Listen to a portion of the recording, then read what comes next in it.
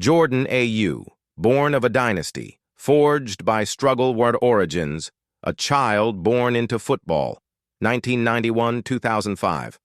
Jordan Pierre Ayew was born on September 11, 1991, in Marseille, France, a port city where cultures collide and football is religion.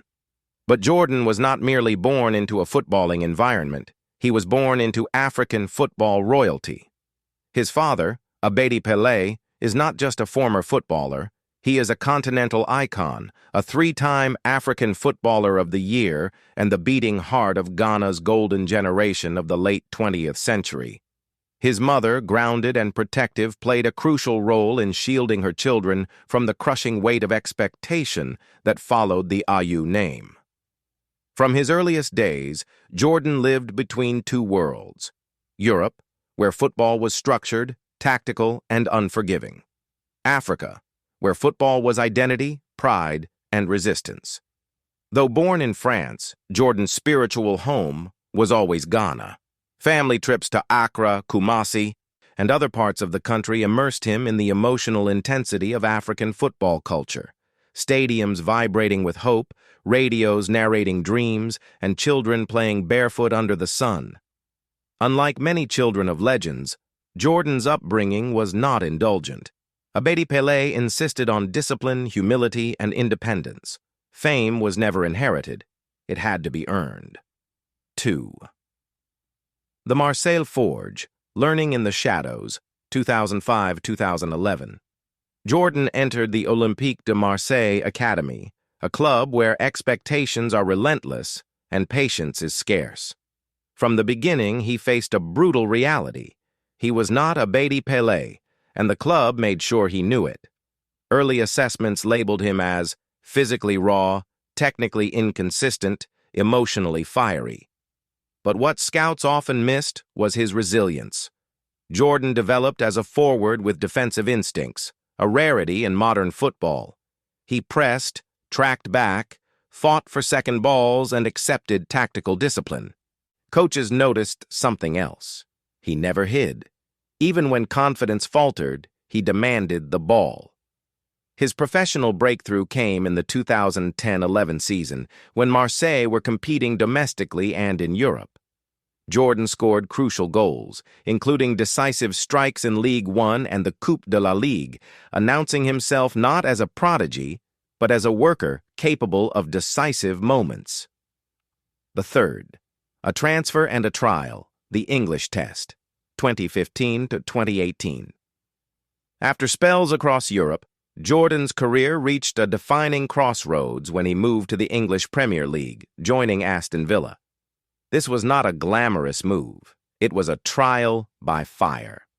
The Premier League demanded physical endurance, tactical obedience, mental durability. Villa were struggling. Confidence was scarce. Goals were rare. And yet Jordan became one of the few players willing to fight openly in chaos. He scored goals, but more importantly, he ran himself into exhaustion for the badge. Despite his efforts, Villa were relegated. For many players, relegation is a scar. For Jordan Ayew, it became a turning point. The reinvention at Crystal Palace, the Worker King, 2018-2023. Jordan's move to Crystal Palace marked the most important reinvention of his career. Under managers who valued effort over flair, he transformed into a relentless presser, a selfless forward, a tactical anchor. Often deployed alone up front, Jordan became the engine of Palace's survival. His job was thankless. Hold the ball, draw fouls, chase defenders, sacrifice personal glory. Goals came, but rarely in abundance, yet season after season managers trusted him. Teammates relied on him. Supporters respected him. In a league obsessed with statistics, Jordan Ayew became a symbol of invisible value. V. The Black Stars. A National Duty, 2010s present. Choosing Ghana was never in doubt. Jordan Ayew's international career with the Ghana Black Stars has been one of responsibility, criticism, and leadership. He represented Ghana in Africa Cup of Nations tournaments, FIFA World Cup qualifiers, major continental competitions. At times, he carried the team during periods of transition when Ghana searched for identity after the decline of its golden generation. As captain in various periods, Jordan embodied the bridge between eras. Not as charismatic as past legends, not as technically dazzling as emerging stars, but always present, always accountable. When goals were scarce, criticism was harsh. When Ghana struggled, blame was heavy. Yet Jordan never withdrew. He faced microphones, defended teammates, and accepted responsibility. 6. Style, psychology, and identity. Jordan Ayew is not a highlight reel footballer. His game is built on grit over glamour, endurance over elegance, duty over applause. Psychologically, he represents a rare archetype, the son of greatness who chooses humility. Where many would chase comparison, Jordan chose self-definition. His legacy is not measured by Ballon d'Ors or viral clips, but by longevity, trust, and sacrifice. 7. Beyond football. The man off the pitch Jordan is known for. Privacy, family loyalty, quiet philanthropy. He avoids scandal. He avoids excess.